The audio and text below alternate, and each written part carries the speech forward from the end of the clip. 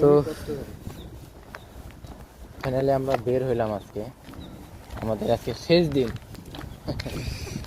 সাগর পাড়ে যাচ্ছি অবশ্য, 3 জন মিলা সাগর পাড়ে যাচ্ছি। আর মামু একটা জিনিস কি লক্ষ্য করছো, কোরিয়ার আকাশটা দেখো কত সুন্দর, একদম নীল। ভিডিওতে তো আরো মনে করো যে সুন্দর হয়েছে। ওয়াও, এই দেখো কত সুন্দর, সাংঘাতিক সাংঘাতিক সাংঘাতিক।